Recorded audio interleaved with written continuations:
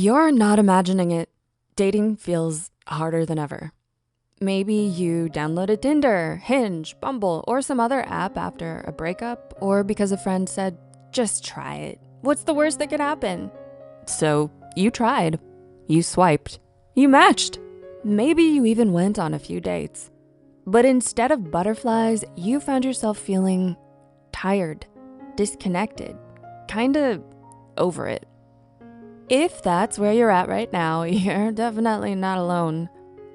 Business of Apps reported that over 350 million people use dating apps worldwide. But 70 to 80% of them say they feel burned out. Their top reasons? Not finding real connections, being ghosted or lied to, and feeling rejected over and over again. These apps are supposed to be a convenient way to connect people looking for love and companionship, but for a lot of us, they've started to feel like a second job, one that pays in disappointment. And yeah, there have been some worrying stories in the news about Tinder dates going badly, very badly, adding to the heaviness and making some people feel even less safe using these apps. So if you've been feeling discouraged from dating, this video is for you. Whether it's Tinder, Bumble, Grindr, or any other app, many of us have found ourselves exhausted after a string of bad dates, ghosting incidents, or just a general sense of, is this all there is? And even if you're still getting matches, it just doesn't feel worth the emotional energy anymore. We see you, we hear you, and we want you to know it's okay to feel this way. So let's talk about some of the signs you might have quietly given up on dating and why that's totally okay. 1, you value genuine connections, but they feel harder to find. Let's get real. If you've been on a few dates from an app, you've probably felt like you're just going through the motions. Maybe you matched with someone who seemed great on paper, but when you met in person, it just didn't click. Or maybe the date went well, but afterward, you sat in your Uber home thinking, why do I feel lonelier now than before?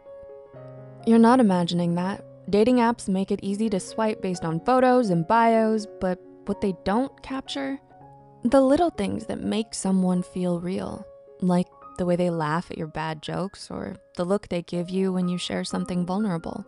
When all you're seeing are people who are just seeing where it goes or swiping to kill time, it's no wonder you're feeling disconnected.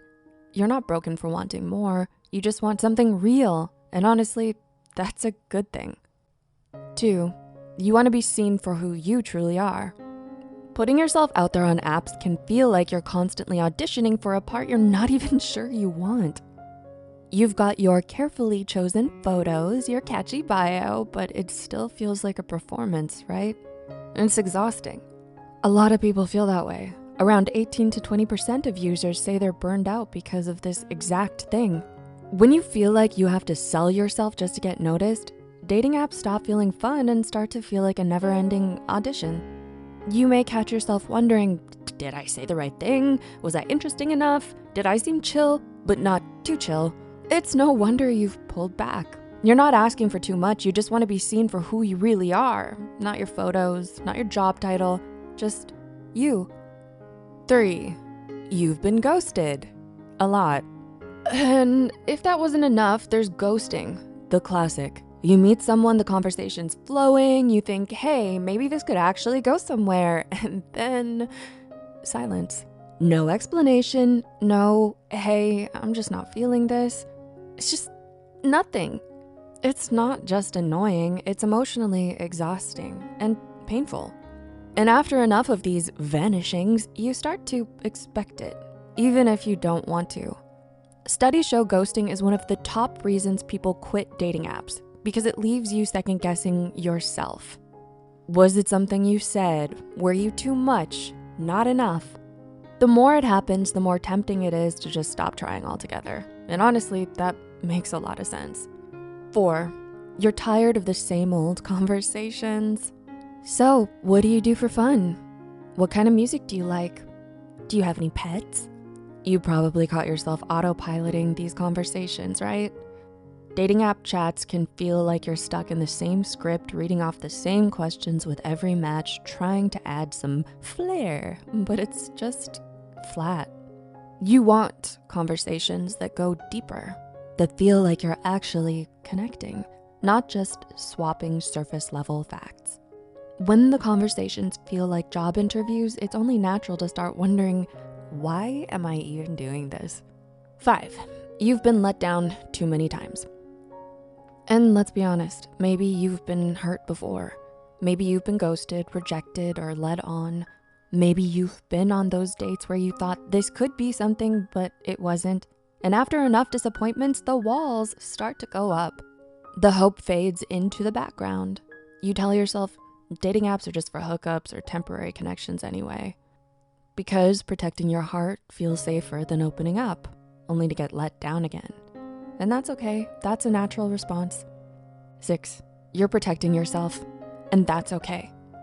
After so many hits to your confidence, taking a step back from dating can feel like self-preservation. When you stop trying to find someone, it's not because you've given up, it's because you're choosing to protect your peace. You're choosing to give your heart the space to heal, to focus on you. And that doesn't mean you're broken, it means you're human. And finally, 7, you're questioning whether it's even worth the effort. You've probably asked yourself, is it even worth it anymore? At some point, the emotional math just stops mathing. The effort, the energy, the vulnerability it takes to keep showing up starts to feel like more than it's giving back. Is the frustration of awkward conversations, flaky people, or ghosting really worth the rare chance of meeting someone who sees you?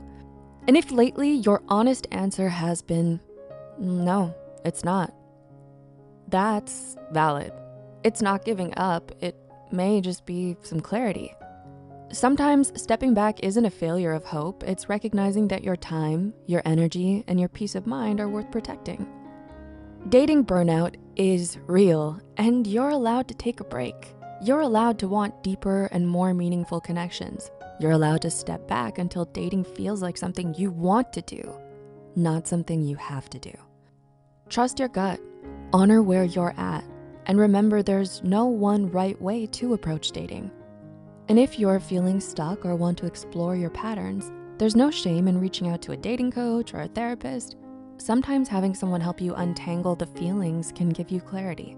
Either way, we hope this video helped make you feel a little more seen. And if you're curious, we've been thinking about making a quiz on who is most compatible with you. It would explore what traits actually make someone a good match for you. Not just the surface stuff, but things like emotional connection, intellectual spark, or how seen you feel in a relationship. If that sounds like something you'd like to see, let us know in the comments. And don't forget to like, share, and subscribe for more content like this. You might also like our videos, Is Modern Dating Destroying Your Self-Esteem? And Being Single Can Be a Good Thing for You. Thanks for being here, and we'll see you soon.